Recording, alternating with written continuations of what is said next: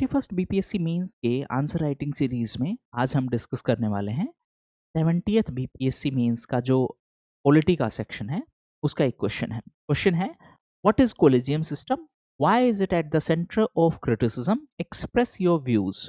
Okay, अब देखो यहाँ से दो इंपॉर्टेंट चीजें हैं।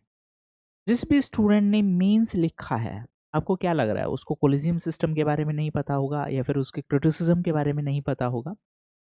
अंडरस्टैंड, कुछ क्वेश्चंस बहुत आसान हैं।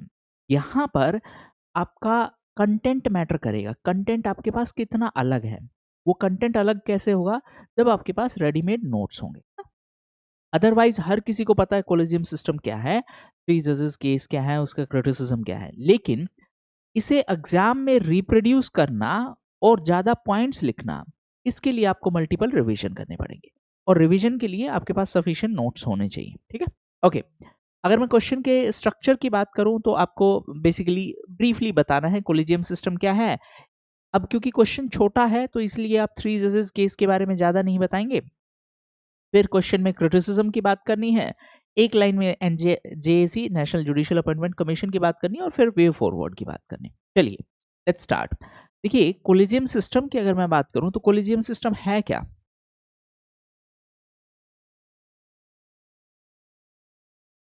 हाँ, process of appointment plus transfer, appointment plus transfer of जजेस। हमेशा डेफिनेशन सिंपल रखिए ताकि आपको याद ना करना पड़े। तो it is a system through which जजेस आर अपॉइंटेड एंड ट्रांसफर्ड। ठीक है, अब एक लाइन कनेक्टिंग लिंक आप बताएंगे कि it is not mentioned in the constitution, it is evolved through judicial interpretations, और फिर आप इसको जोड़ देंगे थ्री जजेस केस से।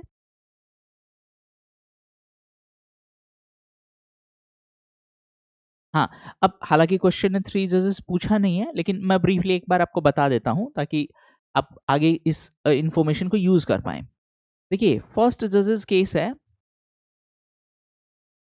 SP Gupta versus union of India. First जजेस केस में सिर्फ इतना बोला है, consultation does not mean concurrence. ये वाला लाइन रट के रखो, consultation does not mean concurrence. एक सिंपल एग्जांपल बताता हूं।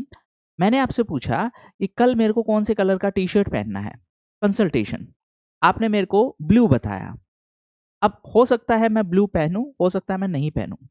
अगर आप कह रहे हैं तो उसके हिसाब से ही चलूंगा, तो उसका मतलब है कंकरेंस। मतलब मैंने आपसे कंसल्ट किया, आपने जो कहा मैंने वही किया, that means consultation is concurrence. ठीक है, consultation does not mean concurrence का मतलब है मैं आपसे पूछूंगा लेकिन करूंगा अपने मन की। ठीक है, तो जो फर्स्ट जजेस केस था उसका फाइनल जजमेंट ये था, सरकार जुडिशरी से पूछेगी लेकिन करेगी वही जो सरकार को सही लगे। जुडिशरी का ओपिनियन फाइनल नहीं था। That was the verdict of first जजेस case. Consultation does not mean concurrence. मैं लिख ही देता हूं, ये लाइन आप हमेशा याद रखेंगे। Consultation does not mean concurrence.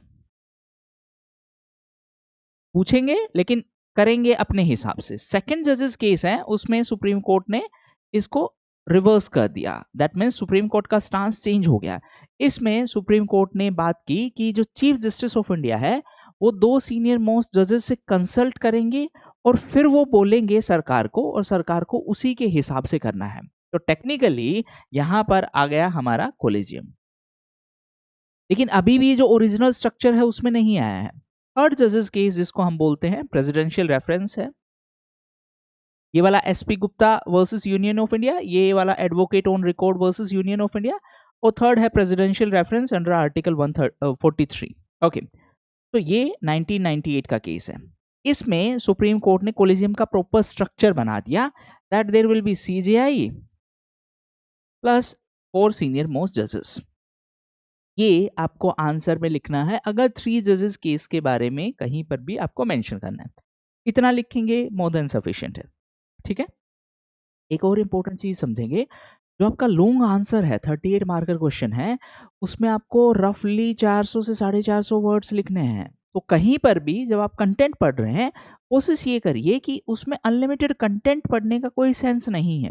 क्योंकि अगर आप क्वेश्चन 3 जजेस केस पर भी लिखेंगे ना, तो आपको इंट्रोडक्शन भी लिखना है, बॉडी भी लिखना है, कंक्लूजन भी लिखना है, लगभग 400 वर्ड में। उससे ज़्यादा लिख सकते हैं क्या? बिल्कुल लिख सकते हैं, लेकिन टाइम भी लगेगा, टाइम लगेगा तो आप अपना पेपर पूरा नहीं कर पाएँगे। तो आपको बैलेंस बना के रखना पड़ेगा, ठीक है? तो ये बात हुई कॉलेजियम सिस्टम की। इवॉल्व कैसे हुआ, कॉन्स्टिट्यूशन में मेंशन नहीं है, ठीक है? अब नेक्स्ट पार्ट है क्रिटिसिज्म क्या है? देखिए क्रिटिसिज्म के लिए मैं सीधा आपको 4-5 पॉइंट बता देता हूँ।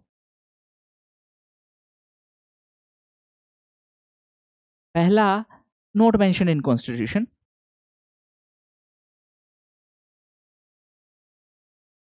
ठीक है? दूसरा, no formal process is there, क्योंकि पब्लिकली उसको डिक्लेयर नहीं किया है कि किस जज को कैसे सेलेक्ट कर रहे हैं। इसीलिए इसको बोलते हैं लैक ट्रांसपेरेंसी।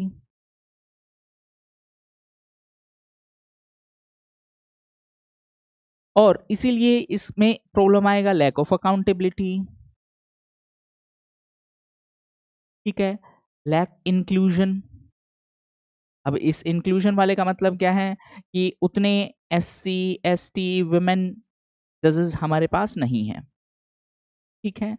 और लास्ट है lack of involvement of other branches. जैसे फॉर एग्जांपल इस अपॉइंटमेंट प्रोसेस में, पूरे प्रोसेस में सिर्फ जुडिशरी है, एग्जीक्यूटिव इन्वॉल्व नहीं है, लेजिस्लेटिव ब्रांच इन्वॉल्व नहीं है।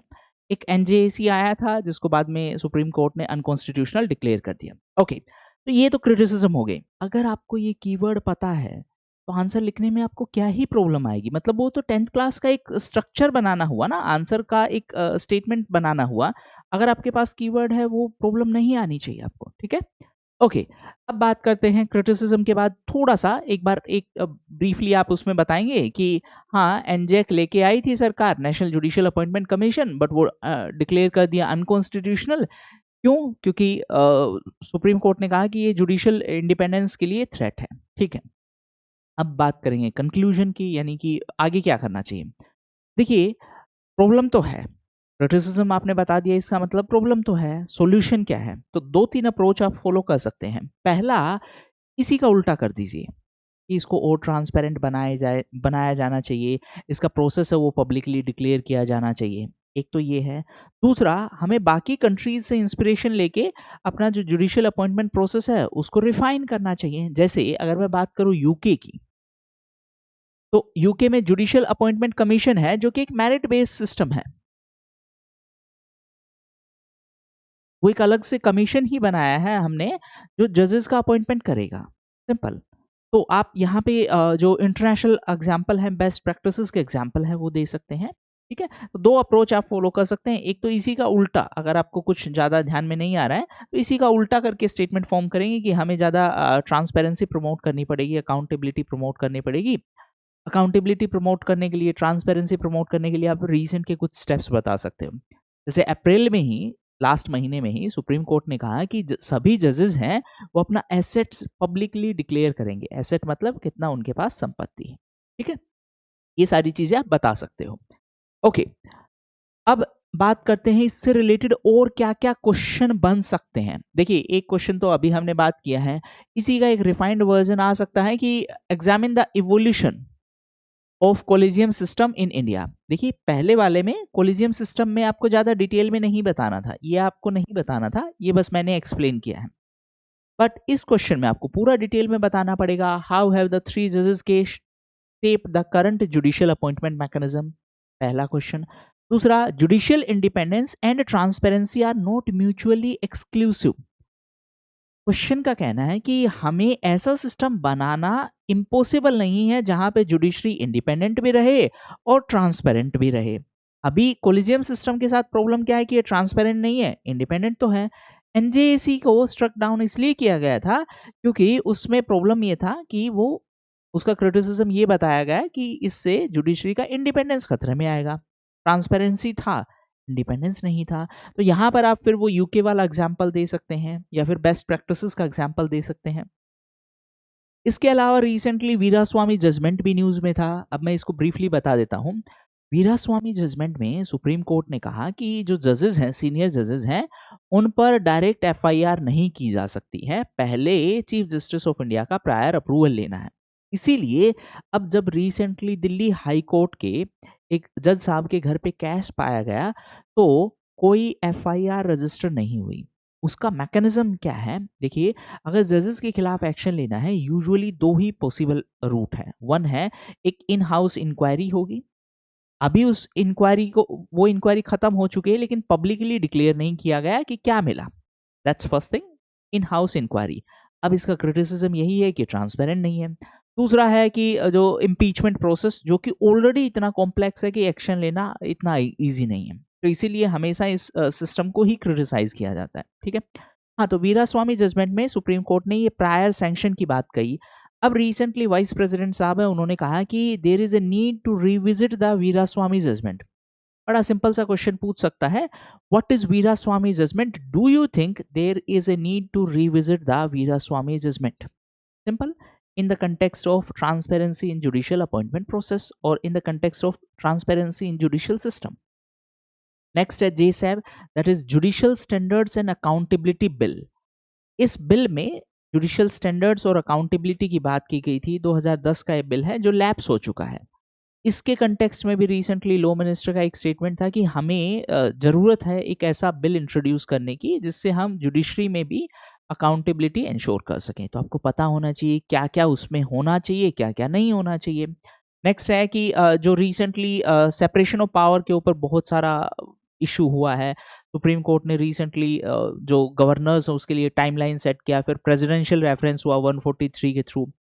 आपको पता होना चाहिए सेपरेशन ऑफ पावर क्या है, जुडिशियल ओवररीच क्या है ना? तो ये सारी चीजें हैं, इस पर क्वेश्चन बन सकता है। नेक्स्ट है कि लोकपाल है, उन्होंने रिसेंटली एक ऑर्डर इशू किया था जिसमें उन्होंने कहा कि लोकपाल का ज्यूरिसडिक्शन है हाई कोर्ट के जजेस पर, लेकिन सुप्रीम कोर्ट ने उस ऑर्डर को स्टे कर दिया। तो बड़ा सिंपल सा क्वेश्चन बन सकता है, प्रीलिम्स में भी बन सकता है, मेंस में भी बन सकता है। प्रीलिम्स में बन सकता है कि क्या हाई कोर्ट के जजेस लोकपाल की ज्यूरिसडिक्शन में हैं।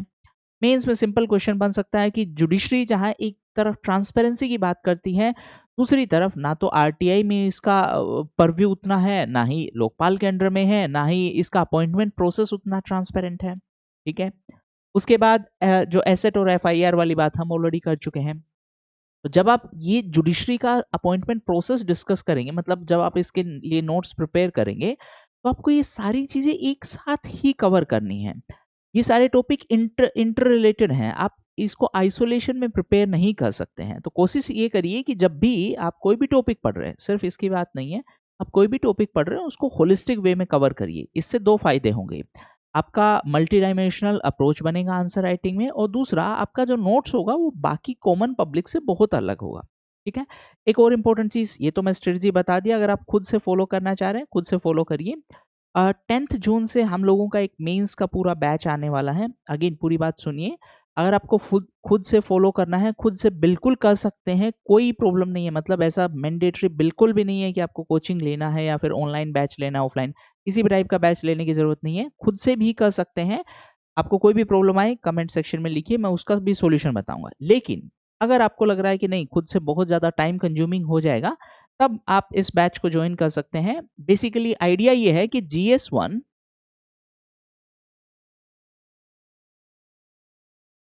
GS1 और GS2 पूरा है, उसका हम थीम बेस्ड कवरेज करेंगे। पूरे जीएस सिलेबस का थीम बेस्ड कवरेज करेंगे। और एक और इम्पोर्टेंट चीज, जैसे ये पूरा एक थीम है, सारे टॉपिक इंटर रिलेटेड हैं, तो पूरा इसका एक ही थीम है, इससे किधर भी क्वेश्चन आएगा आपके पास सफिशिएंट इन्फॉर्मेशन होगी। ठीक है। तो थीम बेस्ड कवरेज करेंगे जिसमें हम GS1 और GS2 पूरा कवर करेंगे। एक बेसिकली आपके पास एक क्वेश्चन आंसर टाइप का फॉर्मेट हो जाएगा और सफिशिएंट कंटेंट होगा। इसमें कवर क्या क्या होगा, इसमें कवर हो जाएगा आपके सारे पीवाईक्यू, लास्ट के 6 से 7 साल के जितने भी पीवाईक्यू हैं विद मॉडल आंसर। ठीक है। उसके बाद इसमें क्या कवर होगा, और जो बेसिक कंटेंट है वो कवर हो जाएगा। उसके बाद क्या कवर होगा, पूरा करंट अफेयर्स कवर हो जाएगा। इसमें मेंस के करंट अफेयर्स की बात कर रहा हूं मैं, प्रीलिम्स की बात नहीं कर रहा हूं। तो मेंस का पूरा करंट अफेयर्स कवर हो जाएगा। कहने का मतलब हम आपको एक वन स्टॉप सॉल्यूशन प्रोवाइड करने की कोशिश कर रहे हैं, जहां पर मेंस के लिए आपको कहीं और जाने की जरूरत नहीं पड़ेगी। GS1 और GS2 के लिए क्या इसमें आंसर राइटिंग भी शामिल होगी? प्लीज अंडरस्टैंड, इसमें हम आपको जितने भी पीवाईक्यू हैं उसमें आंसर लिखना सिखाएंगे। बट इवैल्यूएशन पॉसिबल नहीं है। रीज़न क्या है? देखिए इस कोर्स का प्राइस बड़ा ही नॉमिनल रखा है अभी के लिए हमने। ये 1999 का 1999 का होने वाला है। लोग प्रीलिम्स का कंटेंट बेच रहे हैं इससे ज़्यादा प्राइस में, जबकि मैं बात कर रहा हूँ कि पूरा मेंस आपका जीएस 1 और जीएस 2 कवर होगा। तो इसमें आंसर राइटिंग इवैल्यूएशन नहीं है, ना ही इसमें एस्से है। प्रीलिम्स के बाद हम इवैल्यूएशन और एस्से के लिए एक अलग बैच अनाउंस करेंगे। उसका फीस भी नॉमिनल ही होगा। जिसका जितना इसका नॉमिनल फीस है, उसी तरीके से उसका फीस भी नॉमिनल होगा। अभी हम सिर्फ आपके कंटेंट वाले पार्ट पे बात करना चाह रहे हैं। क्या ये ज़रूरी है लेना? नहीं, मैं पहले भी बता चुका हूँ, आप खुद से भी कवर कर सकते हैं। देखिए टीचर्स कहीं मतलब किसी अलग यूनिवर्स से पढ़ के थोड़े पढ़ाएँगे आपको, सब कंटेंट इंटरनेट पे अवेलेबल है। क्वेश्चन ये है कि आप करना चाहते हैं या नहीं? आप खुद से बिल्कुल कर सकते हैं, कोई प्रॉब्लम नहीं है।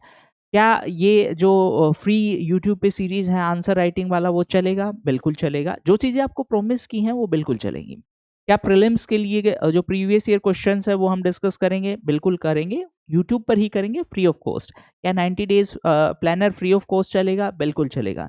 क्या प्रीलिम्स के करंट अफेयर्स का जो प्लान है वो चलेगा? बिल्कुल चलेगा। चल रहा है already, I think 12 days already हम कवर कर चुके हैं सक्सेसफुली।